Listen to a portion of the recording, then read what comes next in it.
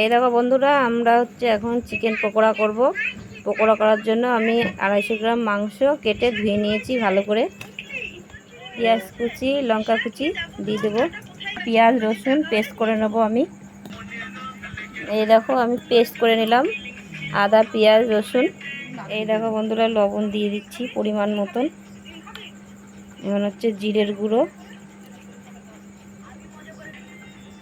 সামান্য একটু লেবু রস,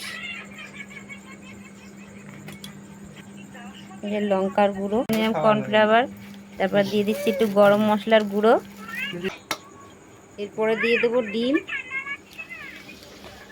এই দেখো বন্ধুরা, পকোড়া ভাজা হচ্ছে এখানে।